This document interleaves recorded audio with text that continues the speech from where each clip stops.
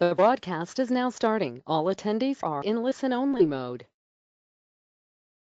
Hi everyone, it's a minute or so to the hour.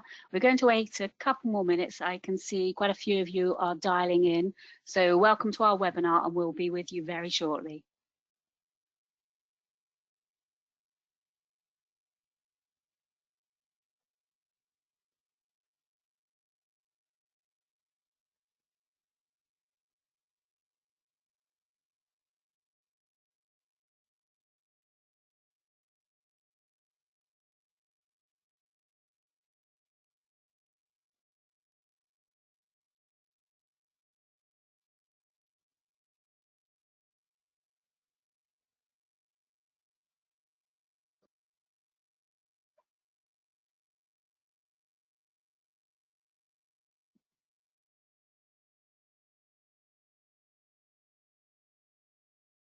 Okay, so we've hit the top of the hour. I can see a few people are still joining us, but let me start anyway.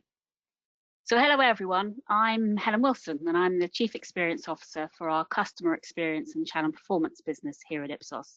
Now, I know many of you are very familiar with Ipsos, but just for those of you less so, we're a global leader in designing, measuring and delivering value from CX programs. We're actually one of the largest research firms in the world. I think last count we're in about 90 or so markets, that's offices in around 90 or so markets, and there's about 18,000 of us worldwide.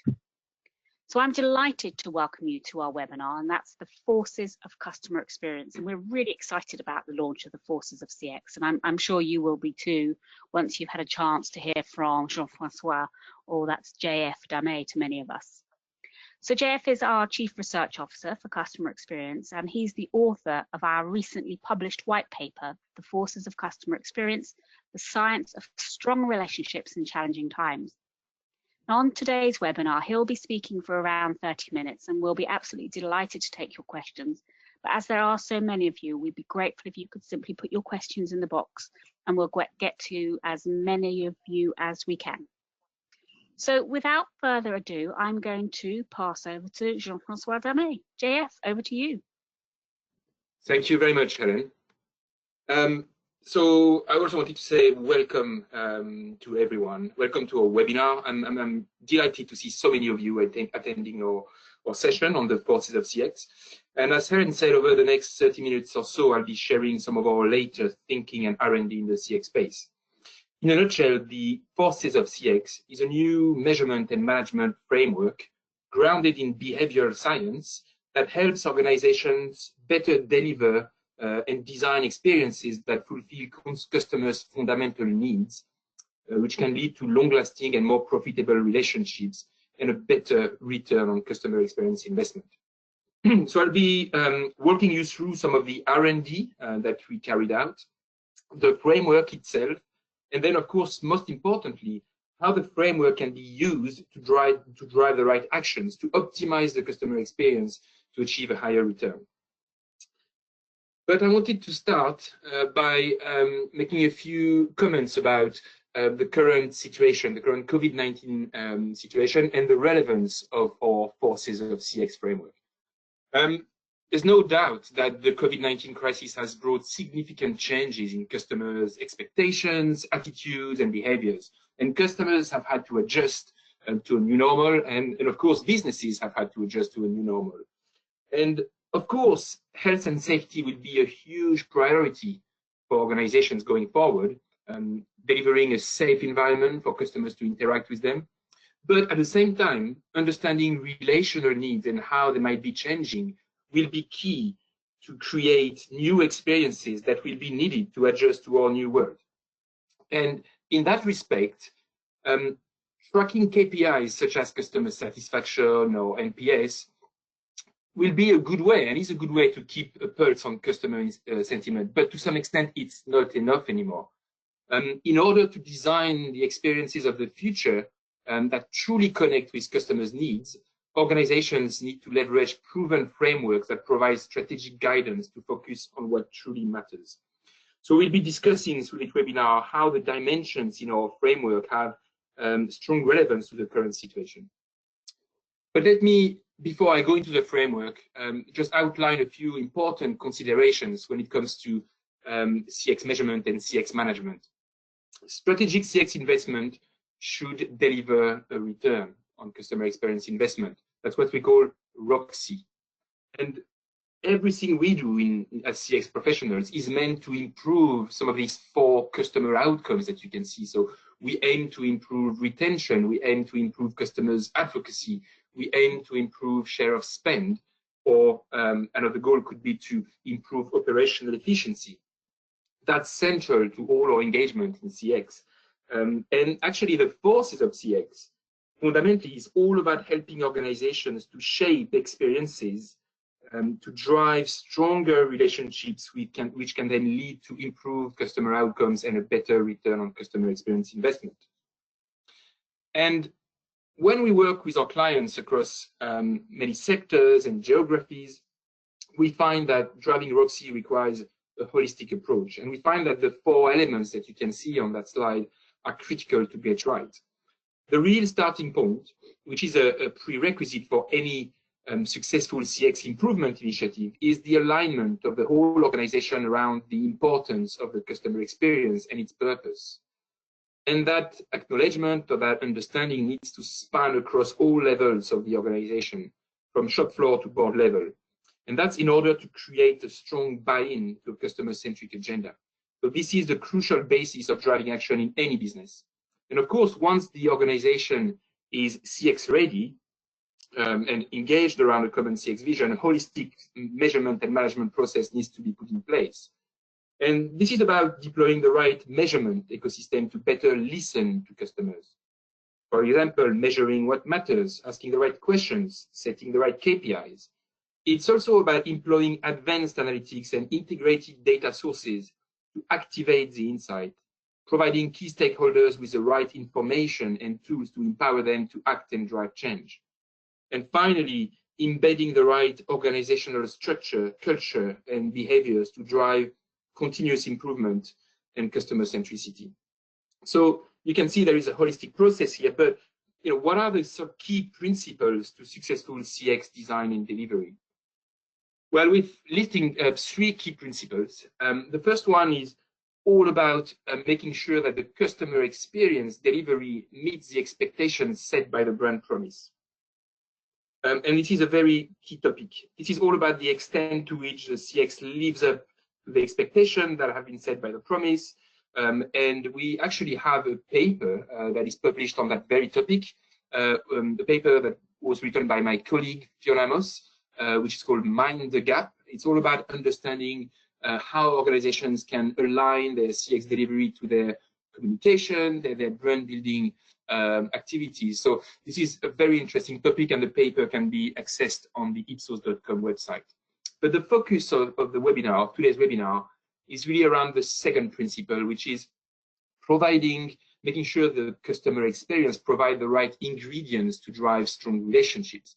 So of course there are functional aspects to CX, but we'll be focusing on going a bit further than that and understanding the relational forces of great customer experience. And finally, of course, the third principle recognizes the crucial role that employees have in deploying the right customer experience. And particularly, we believe that it's essential to make sure that employees have the right understanding of customers' needs, customer priorities, so they can be empowered with the right knowledge to make a real difference. So now we are going into the framework itself, and the framework was built based on extensive R&D, which covered 9 sectors with over 9,000 interviews of customers to really uncover the drivers of emotional attachment and strong customer relationships. I'll come back to emotional attachment in a second, but just to express what we mean by emotional attachment, it's a higher level of relationship strengths that goes beyond mere satisfaction. Customers who are emotionally attached feel a special bond with an organization, and we'll see that driving emotional attachment is a very worthy goal. So here we can see that we need emotional attachment to increase preference and drive higher customer lifetime values. So we are able to segment customers into 3 groups. At the bottom on the left, you can see what we call customers that are unfulfilled. So those customers are fundamentally dissatisfied with an organization value or service proposition. Then the next level up is a customer that are functionally satisfied. So those customers think that the organization is delivering well on the basics, they're meeting basic needs, but they haven't really sort of developed an attachment towards the brand. And the third level, which is that higher level of relationship strength, is what we call emotionally attached customers. And what we find is that when you look at the outcome scores on the right-hand side, so preference, NPS, and likelihood to continue, we find that while there are benefits associated to creating functional satisfaction, as you can see, if you move people from being unfulfilled to functionally satisfied, you do get an increase or an uplift in these KPI scores. But at the same time, there are huge gains to be achieved in terms of business success metrics as we move customers toward that higher level of relationship strength into that emotionally attached state. And it's very clear that when a customer is emotionally attached, they are far more likely to express a preference towards the brand. They're much more likely to recommend the brand, and they're significantly more likely to stay with the brand in the future.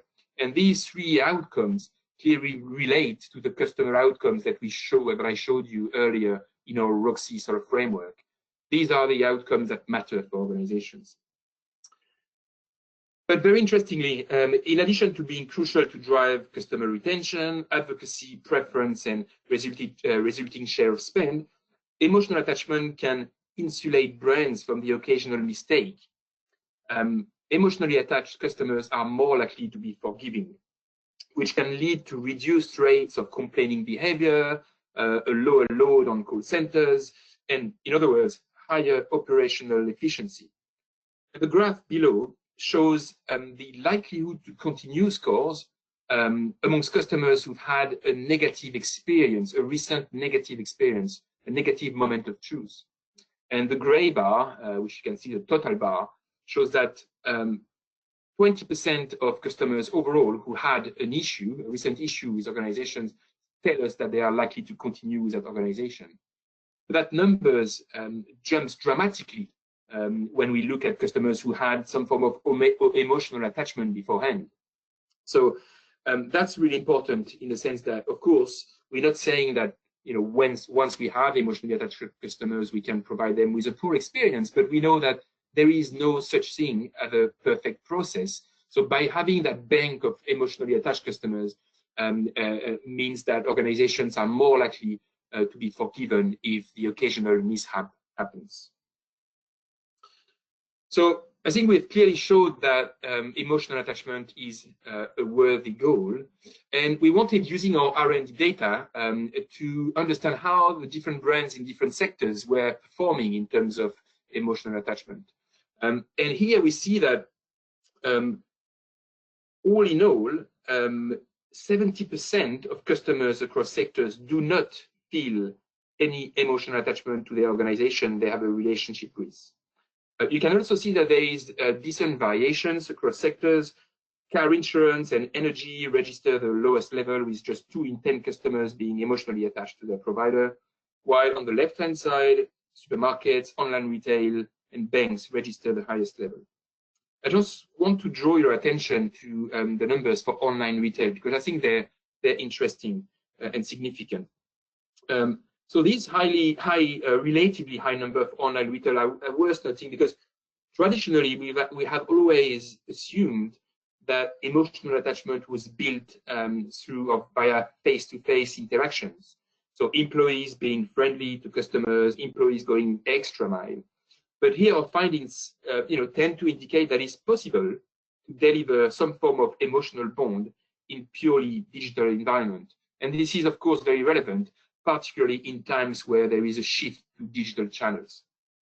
But all in all, I think the key takeaway of that slide is that given the importance of emotional attachment, there is a lot of room for improvement across the board. The numbers that you can see here is clear evidence that organizations have not yet found consistent ways to create attachment via the experiences that they deliver and to their customers.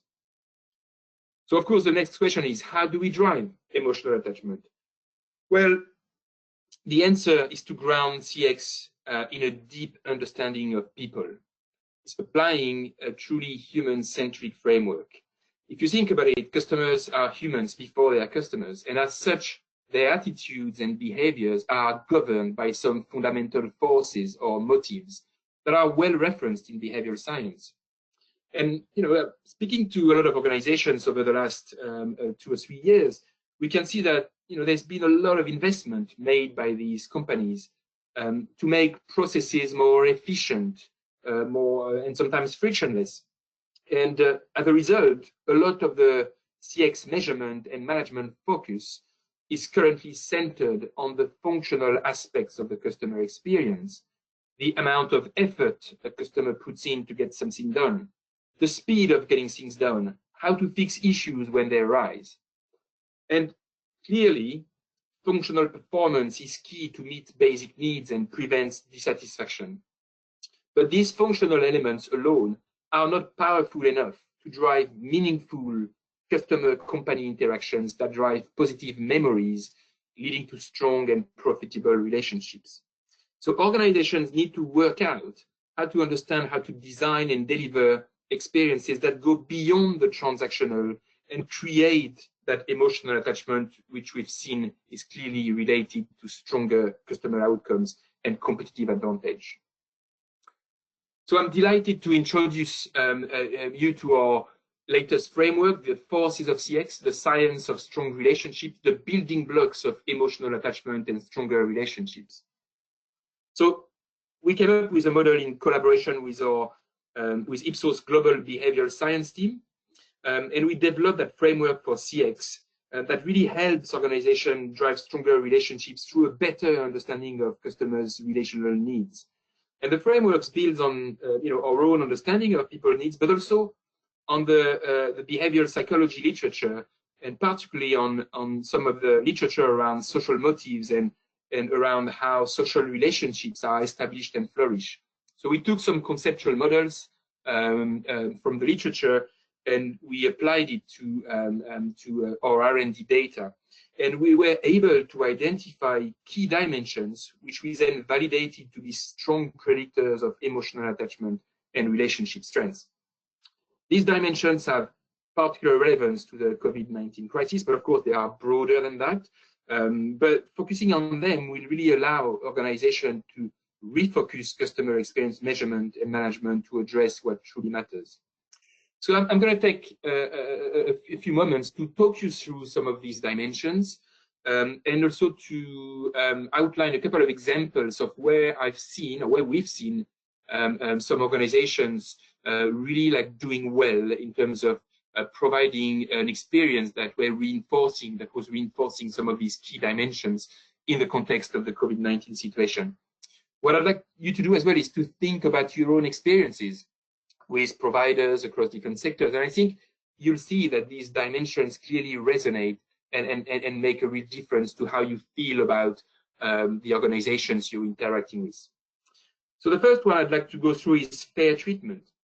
So we've done some previous research, including a paper that we've written on fairness and the importance of fairness. The paper was called Get Fair or Fail, Why Fairness is Key to Business Success.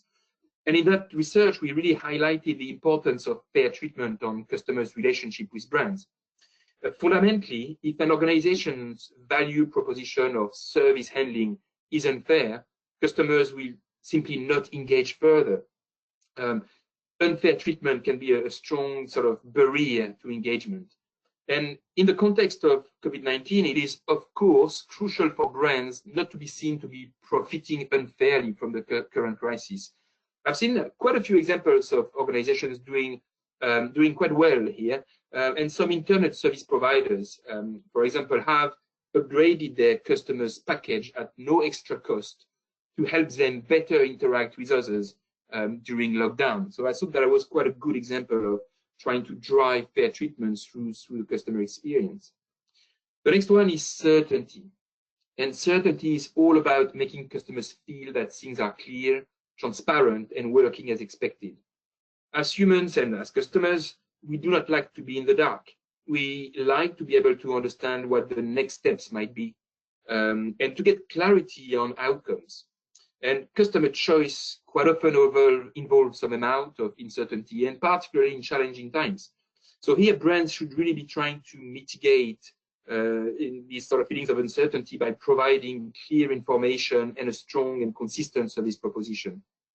I've seen some online retailers providing very clear estimated availabilities for products currently out of stock, and that can help customers feel uncertain by really providing a lot of clarity. So, clarity of communication is very important to drive feelings of certainty.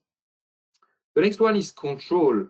Control is different from certainty in the sense that it's all about helping customers feel that they are in the driving seat. It's about providing them with options, familiarize them with the various options that your service proposition has.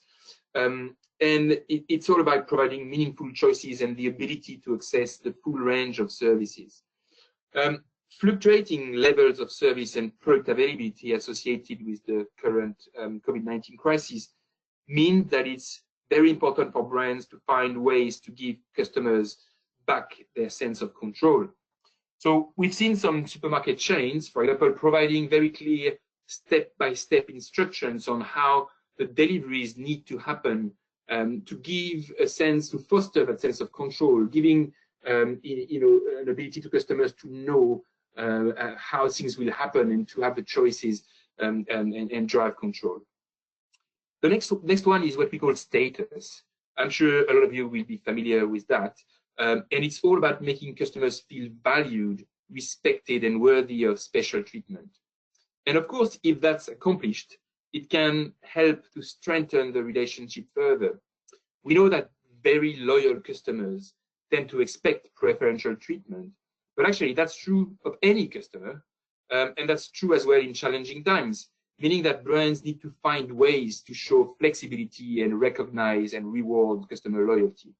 I've seen some interesting examples of travel companies raising their tier membership status for frequent flyers while international travel is banned. And that's a really a good way to try and recognize long-term loyalty and make customers feel valued.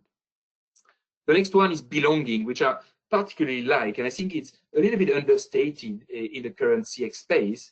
And belonging is about helping customers feel that you care about the greater good. And it's also about customers feeling a connection with your values, with what you stand for as a brand.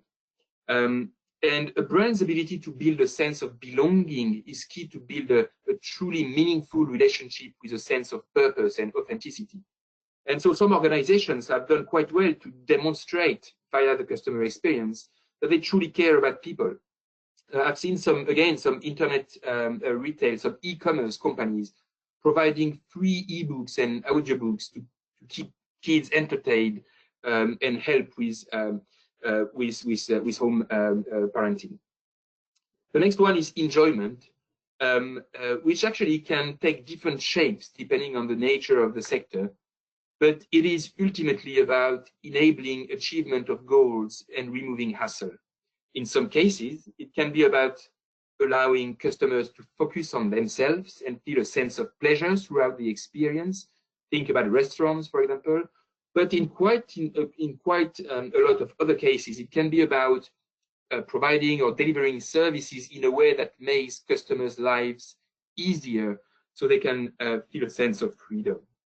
So these are the forces of CX, and I hope that they have resonated with you and that you understand how important they are to build stronger relationships with customers. But now what I want to focus on is actually the implementation of the model. So we wanted to go beyond the theoretical and create an analytical framework. As part of our R&D, we were able to identify statements that can be included in customer surveys to measure the forces.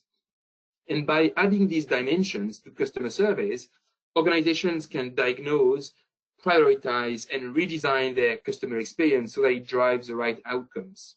And so we have three key analytical steps. So diagnose is really about assessing your performance on the forces. assessing how you compare versus competitors in your sectors, and also understanding the dynamics, the impact, the relative impact of the different forces onto relationship strengths in your sector for your customers. The next step is prioritize, which is all about understanding whether the current experience drives the right response. What elements of the current service delivery are working well, and whether there are any gaps that you need to identify and address to drive the relationship to the next level. And finally, these two steps enable us to put together action plans to optimize the CX journey by dialing up the right forces when it matters. So I'm going to illustrate the three steps using some of the R&D data that we've collected. And that's the first step. So here, it's really about understanding the relative impact of each of the forces of CX on the relationship and rank them. So these charts show the outputs of a key driver analysis, where we modeled the relative importance of the different forces onto relationship strength. So we can see that overall across sectors, fair treatment comes out on top. But it's mainly a barrier or hygiene factor, which really makes sense if we think about fair treatment, the impact of being unfairly treated on churn, for example. So this is not a surprise and consistent with the research that we've done in the area over the last couple of years. We also see that the lack of control and certainty can also be significant barriers to strong relationships, whilst on the other hand, status and belonging tend to be more positive drivers. But what I think is important to understand is that our analysis shows that the importance of each force varies significantly by sector. For example, we find that control is a very strong driver for sectors such as hotel booking sites compared to other sectors, possibly reflecting the importance of being able to control all aspects of the experience via a digital platform. In our paper, we list further sort of differences by sector, which I'm not going to go through now. But what I think it's important as well to understand is that the drivers or the hierarchy of importance is very likely to also differ depending on which brand we are looking at, depending on the brand positioning, depending on the brand promise. So it's very important for you to understand the hierarchy of importance amongst the forces for your customers in your sector. So we've understood the relative impact of the different forces on our customers. The next step is to compare our performance against competitors to identify the battlegrounds worth fighting for. So here we look at the different forces, and this is pretty simple. We look at our performance amongst our customers, and we compare against competitors. Of course, if we have access to competitor data in our surveys, we can do that pretty easily. Otherwise, we can have access to benchmark data that can enable you to put your performance into context. So by crossing importance and performance, we can really identify areas of strengths as well as priorities for action. But we can go a step further and model the potential return on investment associated to improving performance on the forces of CX.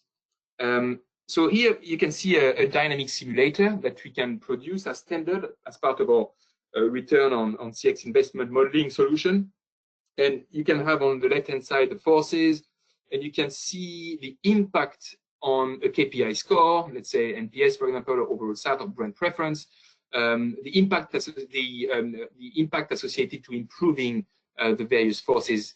And then we can go one step further, and then we can link increases in KPIs to an actual increase in revenue. And that can be very important and useful to understand where to allocate resources to maximize the return. And generally speaking, this type of analysis that links CX to financial can be very useful for organizations to make the business case for CX. The next step is based on the idea that we need to recognize that the customer experience delivery has a key role to play in driving the right perceptions on these relational factors to foster strong relationships.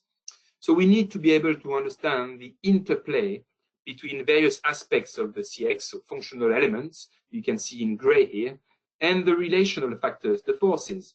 We can then work out which elements of service delivery are positively impacting these core customer needs, but also pinpoint gaps in the current CX design and delivery. In other words, aspects of the experience that need to be optimized to drive a better response and a better relationships.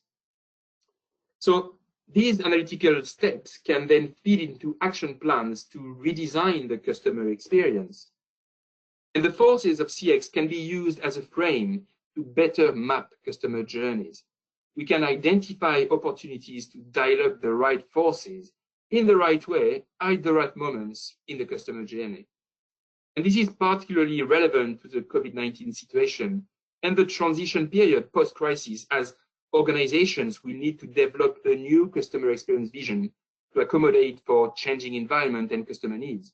So this goes beyond just tracking KPIs clearly, and it's all about generating ideas for potential interventions or process improvements to address any gap we might be seeing across the customer journey. And using a truly human-centric framework to make sure that the design truly connects to customer needs is vital and is expected to make a strong difference. So here is an example of how an online shopping experience can evolve to deal with the COVID-19 situation. And that's actually based on examples of several companies that I've seen over the last 3 weeks as I was doing probably too many online orders. So if you think at the bottom here, we have the different steps in the customer journey. And on the top, you have initiatives that are linked, that can drive perceptions on our relational forces. So let's say I'm searching for products on the website. Of course, we have issues with availability and delivery times in the COVID-19 situation, but I've seen organizations really showing very clear listings of which products are available, which products are not available, and for those products that are available, associated delivery times. And engaging with these companies through their websites, and when I have that sense of clarity, that really helped me to engage further, and in some cases, it helped me to actually make a purchase. The next one is dealing with unavailable products. Of course, as customers, we know that companies are clearly challenged, and there will be availability issues. And in a way, our expectations have been reshaped to account for that sort of understanding. But I've seen some providers that actually recommended alternative providers that could supply the product that they could not. And I felt really sort of warm towards that particular retailer that did that. It made me feel that they were really, here to the greater good. They were not just focusing on their own interest. And as a result, I think, that led to some sort of goodwill for my part, and some emotional attachment towards that brand that did not sort of act in a selfish manner. Ordering, that was an interesting one as well. So I've seen some organizations offering free delivery on all orders so that customers could sort of enjoy their shopping without worrying about delivery fees. And I think that was quite an interesting case as well. Making a payment relating to fair treatment, I think that was quite interesting too. So of course, we know that the timelines for delivery will be increased significantly, and some organizations have said, okay, well, we apologize for the longer delivery times, but as a compensation, the payment will be taken upon delivery as opposed to upon ordering. And I felt that this was a fair thing to do to customers. And finally, receiving a parcel, I've seen a couple of companies like including a note in the parcel thanking the customer for their patience in these challenging times, which is a nice touch. We can drive the perception of status and emotional attachment. So that's just an example, but it's really to try and demonstrate that having a framework to think about when you're trying to redesign your CX is very important, because you make sure that your initiatives are designed to drive the right response on these forces, which are then expected to drive stronger relationships and a higher return on customer experience investment, which in a way is what we're showing here as a visual, which is a summary of the framework. On the left-hand side, you have the sum of all interactions of customers across touch points, your different stages in the customer journeys. and that needs to be optimized so that it drives the right response on the forces of CX, so that it can lead to higher relationship strengths, which lead to improved customer outcomes, which then lead to a higher return on customer experience investment. So to summarize, the forces of CX is a framework grounded in behavioral science that enables organizations to bring their CX strategy to the next level. The framework can help organizations shape experiences that go beyond the functional and drive stronger outcomes. So we recommend to put the forces of CX at the heart of any successful CX improvement initiative. And the understanding of the importance of the forces must span every level of an organization, from C-suite to frontline. The framework can shape the voice of the customer programs when it comes to measurement, and the resulting insight and actions need to be embedded into an organization culture, a culture that needs to be fundamentally customer and people-centric. So just to wrap up, I just want to make the point that there's clearly a lot at stake. Meeting customers' functional but also relational needs in these difficult times will certainly have positive consequences on customers' emotional attachment and goodwill. So organizations therefore need to strive to understand, adapt to, and anticipate these needs to strengthen, to improve customer relationships. So if I had like a parting question for you, or a question to ask the audience, is, do you truly understand the forces that are at play in your customers' minds? Well, doing so is a critical first step in the design and delivery of customer experiences that can foster stronger relationship and drive competitive advantage. So I hope the webinar was useful. There is a lot of material that is available on the forces of CX to help you understand how to implement the forces of CX to drive your CX strategy. We have a podcast that's available. We have the actual paper, which provides more detail around the framework and its use. And we have related papers as well that are available. So I want to thank you very much for your attention. I will now hand back over to Helen Wilson to see if there are any questions that have been asked. You have been asked so many questions, JF, but one thing I will say is you've also got lots of lovely compliments from people on this webinar. So thank you to all of you for taking the trouble to say thank you, because you're clearly appreciating it. Right, I'll take the easy questions first off. Yes, indeed, we will be sharing a copy of the slides and a recording and a link to the paper. So that will come out to you in the next day or so.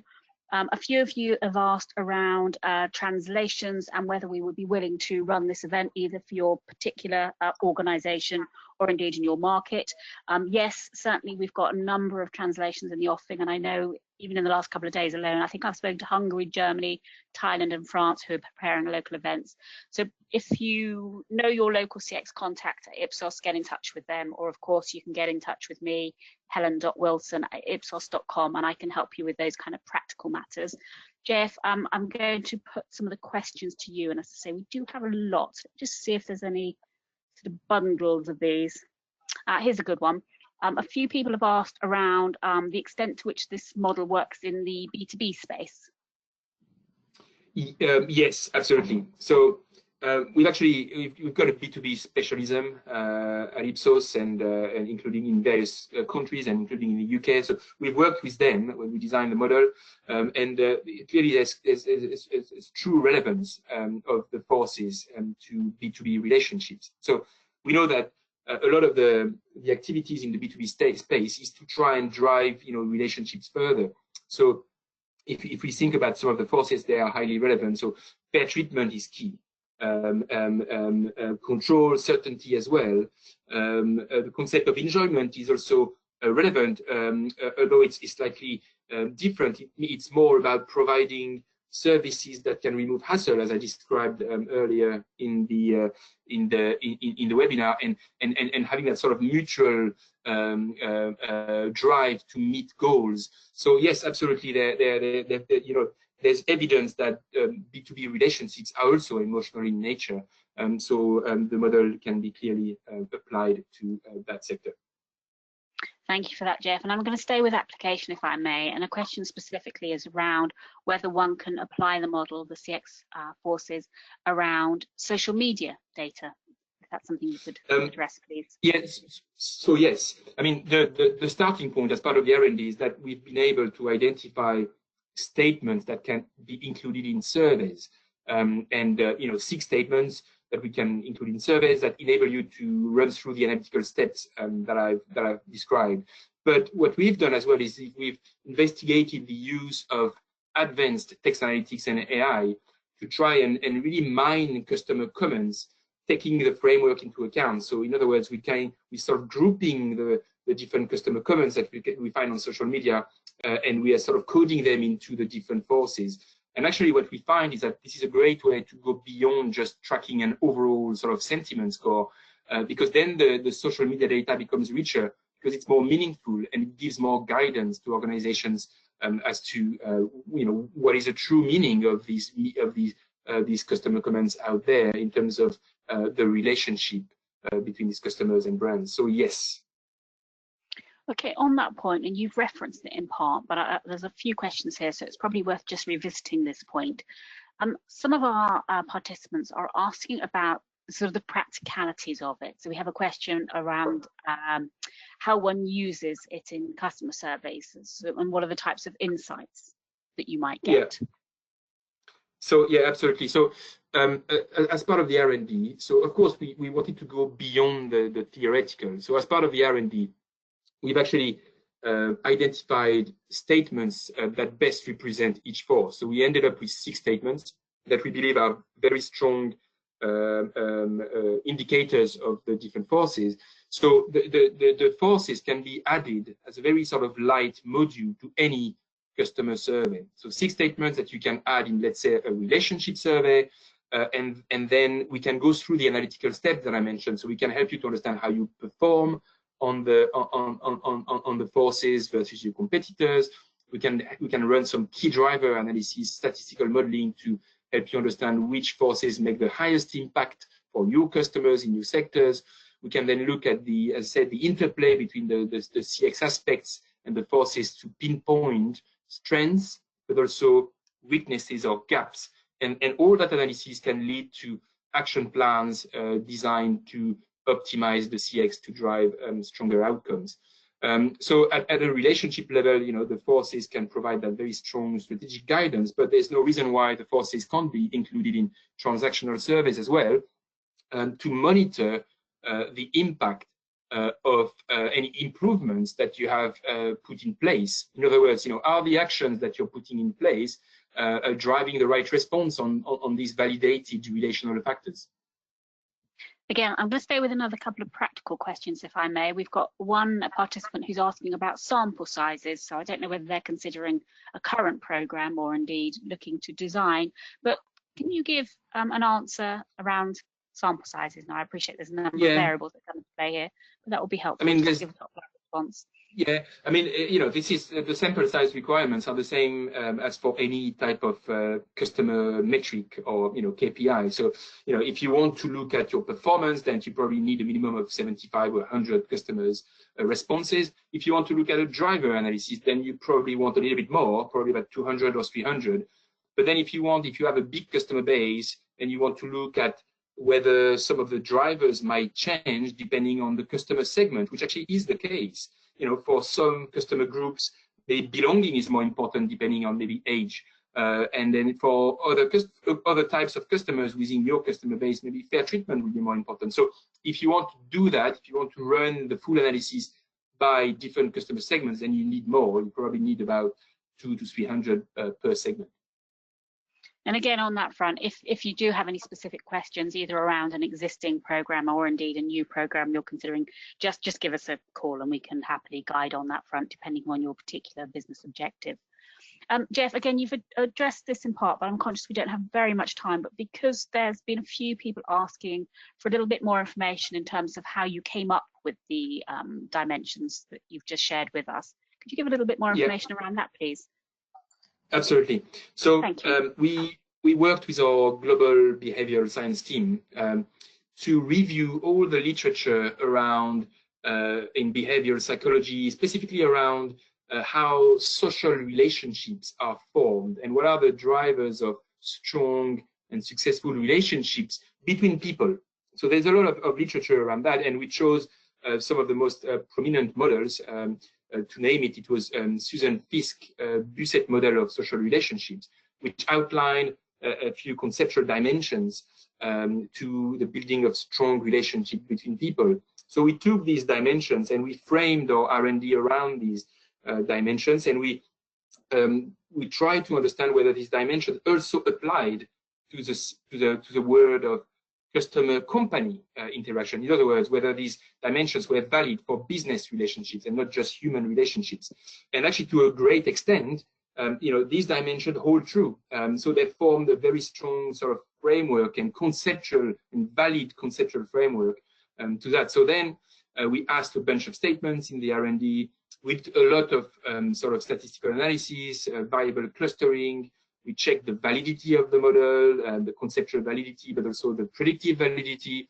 And we found that one, these dimensions were very relevant, and B, they were shown to be strong predictors of emotional attachment and strong relationship between customers and companies. Well, thank you, Jeff. And I would love to be in a position where I can ask you a lot more questions. But given that we are at 1:45 and we did promise to only take 45 minutes, I'm going to say thank you to you, but also thank you to all of you who joined us today. As I say, we will be sharing a link to the recording, the slides, and a copy of the paper. If you would like to know more about the forces, then obviously get in touch with your local CX contact, or as I say, do feel free to get in touch with me and I can either help you or direct you to the right person in your market. So I'm at helen.wilson@ipsos.com. And if you'd like to find out more about customer experience at Ipsos, just go to our website, go to ipsos.com. And probably the best place, and this is the place where you'll find the information about the papers that Jeff referenced. He referenced, of course, this one, Mind the Gap, Get Fair or Fail, and some others. But just go to the innovation and knowledge part of the website and you'll see the various CX papers that are there. So again, thank you so much for joining us. I know you get an awful lot of these invitations in these times, and we really appreciate the fact that so many of you took the time to spend 45 minutes with us this afternoon or this morning, depending on where you're at. So from me, it's thank you. And JF, to you, thank you very much indeed. Thank you very much.